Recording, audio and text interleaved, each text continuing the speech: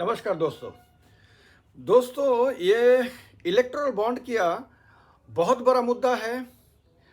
Electoral bond किया इस देश में इस पिछले 10 साल में सबसे बड़ा घोटाला है। अगर सबसे बड़ा घोटाला है तो क्या इस चुनावी मौसम में ये सबसे बड़ा मुद्दा बनेगा? ये प्रश्न आज के डेट में सबसे बड़ा प्रश्न है। देश के हर सारे पॉलिटिकल पार्टीज के नेता इस पर चर्चा कर रहे हैं और कुछ कुछ लोग भी चर्चा में है। कुछ मीडिया में, कुछ सोशल मीडिया में चर्चा है। जितना मैसिव चर्चा होने की ज़रूरत थी उतना चर्चा कहीं नहीं हो रहा है। तो ऐसे में ये जो प्रश्न है कि क्या ये मुद्दा बनेगा, बड़ा मुद्दा बनेगा, सबसे बड़ा मुद्दा बनेगा, इस प्रश्न का उत्तर अभी तक नहीं मिल रहा है और मिलना संभव भी नहीं है। क्योंकि मुद्दा कौन बनाता है? मुद्दा दो लोग बना सकता है। एक तो है मीडिया। मीडिया अपने तरीके से बहुत सारे चीज़ों को मुद्दा बना देता है। उसके पास लोगों तक पहुंचने के लिए व्यवस्था है तो खुद भी मुद्दा बना सकता है। दूसरी है पॉलिटिकल पार्टी। पॉलिटिकल पार्टी कभी कभी थ्रू मीडिया मुद्दा बना देता है। कभी अगर मीडिया का सहयोग नहीं भी मिलता है, सोशल मीडिया भी अगर उसके लिए उतना नहीं है, उसका व्यवस्था नहीं है, तो भी वो डायरेक्टली जनता तक पहुंच के किसी भी विषय को जनता के कानों तक बार बार पहुंचा के वो इसको मुद्दा बना देता है। तो आज के डेट में हमारे देश के बीजेपी को छोड़ के बाकी कोई भी पॉलिटिकल पार्टी ऐसा नहीं है जो जनता के बीच डायरेक्ट जाके सीधा बात करके किसी भी विषय को जनता के सामने मुद्दा बनाने की क्षमता रखता है और रख रहा है। ऐसा नहीं है। इसको आम आदमी पार्टी को ले या कांग्रेस को ले या सीपीएम को ले या आरजेडी को ले, किसी भी पार्टी, ऐसा नहीं है कि खुद जनता के बीच जाके किसी भी विषय को मुद्दा बना रहा है। ऐसा नहीं है। वो मीडिया को कोस रहा है कि मीडिया इस पर चर्चा नहीं कर रहा है, मीडिया इस पर चुप है, मीडिया बीजेपी के सामने बिका हुआ है, ये सब बातें कर रहा है। तो ये एक लाचार व्यक्ति का विलाप जैसा है। असलियत में जो सक्षम होता है वो ऐसा विलाप नहीं करता है, वो खुद जाता है, ये उसके ऑल्टरनेटिव कोई व्यवस्था बना लेता है क्योंकि उसको सत्ता तक पहुंचना है।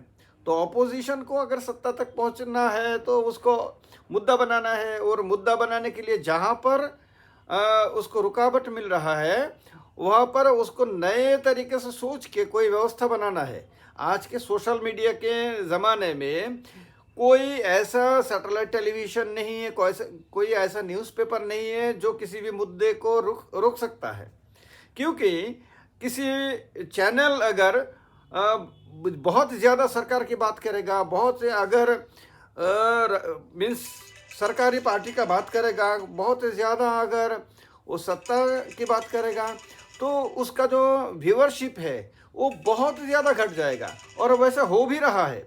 आज देश के मेन स्ट्रीम मीडिया जो है उसका व्यूअरशिप बहुत लो है, बहुत ही लो है। इससे बहुत ही ज़्यादा लोग तो इंडिविजुअल जो चैनल है, यूट्यूब चैनल है, उसको देख रहा है। अलग अलग पॉलिटिकल पार्टी के जो यूट्यूब चैनल है उसको देख रहा है।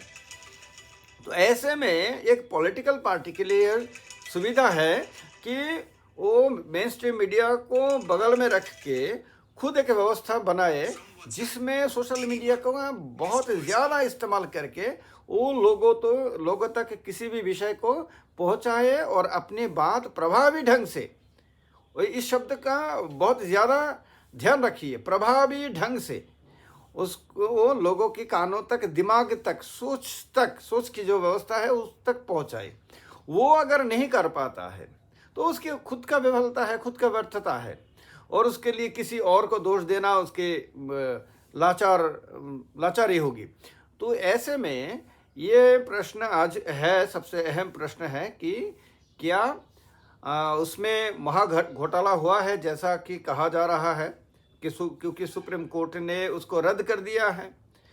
स्टेट बैंक को कह दिया गया है कि सारा इन्फॉर्मेशन जो भी इसके बारे में, ये इलेक्टोरल बॉन्ड के बारे में आपके पास है, सब सार्वजनिक कीजिए, इलेक्शन कमीशन के दीजिए। और इलेक्शन कमीशन को कह दिया गया है कि वो सब आप पब्लिक डोमेन में रख दीजिए। और 21 मई 21 मार्च में स्टेट बैंक को ये एक एफिडेविट भी देना पड़ेगा, जिसमें उसको कहना पड़ेगा कि उसने कुछ भी छुपाया नहीं है। और ये बहुत ही भयानक ये है, सेंटेंस है कि कुछ भी छुपाया नहीं है, क्योंकि उसके बाद भी देखा जाता है उसने कुछ भी छुपाया है तो डायरेक्टली कंटेम्प्ट ऑफ कोर्ट होगा, अदालत का अवमानना होगा। वो एक पनिशेबल ऑफेंस है जो नहीं कर सकता है, तो उसको सारा डेटा देना पड़ेगा। और देने के बाद सारे लोग ये इलेक्शन कमीशन के वेबसाइट में जाके नहीं देखेगा, आम लोगों की ये विषय नहीं है। सारे लोग ये टेलीविज़न चैनल में, चैनल के सामने बैठ के ये डिबेट भी नहीं सुनेगा, क्योंकि टेलीविज़न चैनल में ये सब विषय में डिबेट होता ही नहीं है ज़्यादातर चैनल में। तो आम लोग कैसे जानेगा? आम लोग जानेगा दो तरीके से। एक तो है सोशल मीडिया के माध्यम से।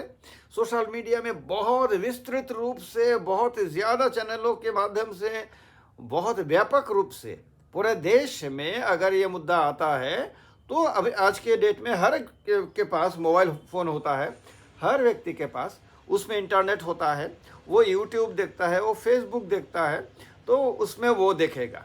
और उसको अगर प्रभावी ढंग से बताया जाता है, आसान शब्दों में, आसान भाषा में उसको अगर सहज तरीके से अगर समझाया जाता है तो वो समझ पाएगा और उसके द्वारा वो प्रभावित होगा और उसके सोच में बैठ जाएगा कि कुछ तो हुआ है। और उसमें वो ये निर्णय करेगा कि दोष किसका है, बीजेपी का है या कांग्रेस का है या किसी और पार्टी का है या किसी भी पार्टी का नहीं है या सारे पार्टियों का है। वो लोग तब निर्णय करेगा। लोगों को निर्णय के लिए उसके पास सब कुछ साधन देना ये पॉलिटिकल पार्टियों का काम है, लेकिन वो काम आज के डेट तक नहीं हो रहा है। जितना मैं सोशल मीडिया की तरफ में देखता हूँ, उसका एक लिमिटेड उसका एक पहुँच है, जितना सारा अपोजिशन पार्टियों का है, लेकिन कुछ है। ये ऐसा नहीं है कि कुछ भी नहीं है। और ये बीजेपी से ज़्यादा है या बीजेपी की जो घटक दल है उनसे बहुत ज़्यादा है, क्योंकि मैं आने वाले समय में आपको बता भी सकता हूँ कि एक ऐसा सर्वे किया गया है किसी एक संस्था के द्वारा, जो एक सैटेलाइट टेलीविज़न में दिखाया भी गया था कि यूट्यूब चैनल में जो ऑफिशियल चैनल होता है अलग अलग पार्टियों का, उसमें सबसे ज़्यादा आम आदमी पार्टी का 1 महीने का वीडियो देखा गया है। व्यूअरशिप सबसे ज़्यादा रहा आम आदमी पार्टी का, वो फरवरी महीने का।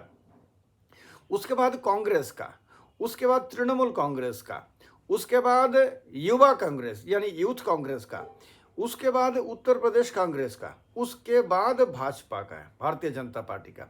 तो इसका मतलब है कि अपोजिशन पार्टियों का जो चैनल है, यूट्यूब चैनल है, उसको ज़्यादा लोग देख रहे हैं, कम ही लोग तुलना में बीजेपी के चैनल देख रहे हैं। तो सोशल मीडिया में एक पहुंच तो इनका है, ये तो एस्टेब्लिश्ड है ये डेटा।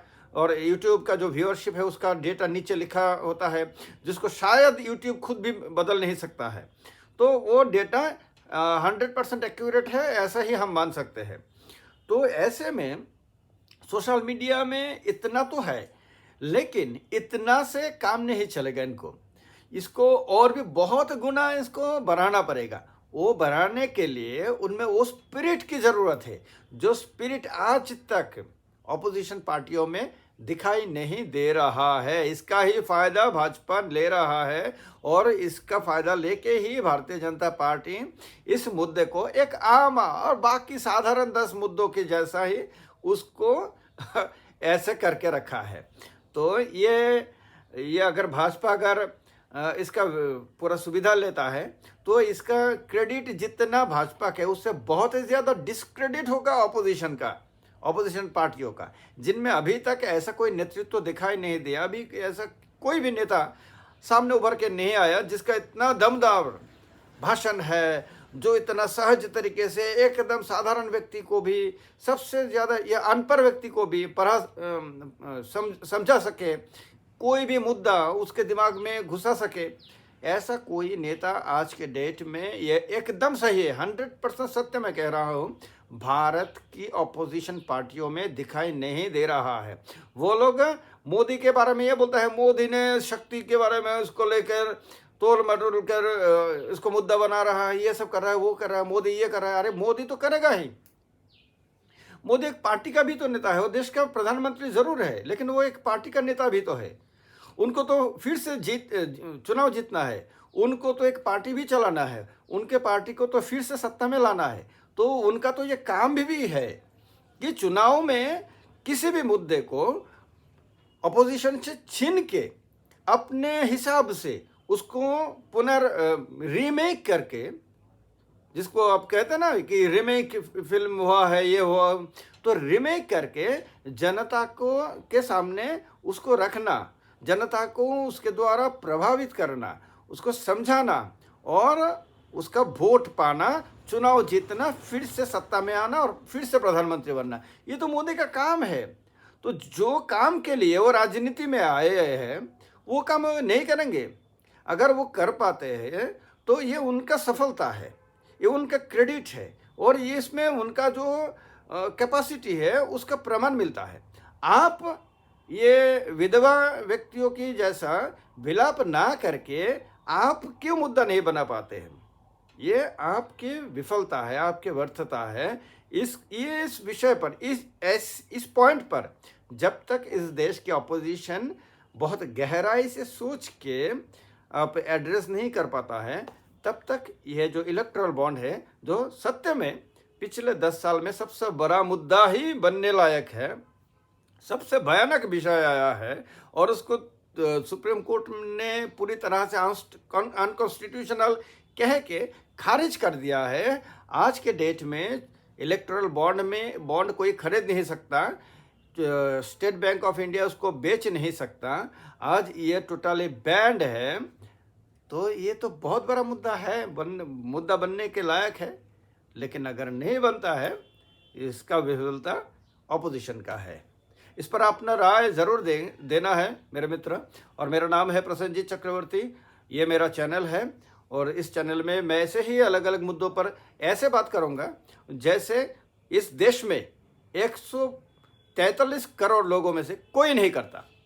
ये सब सुनने के लिए, भाग लेने के लिए और अपने आप को मेरे चैनल के साथ जुड़ने के लिए चैनल को सब्सक्राइब कीजिए, इस वीडियो को लाइक कीजिए, इसके नीचे कमेंट करके अपना जो मत है उसको व्यक्त कीजिए, और वीडियो को ज़्यादा से ज़्यादा शेयर कीजिए।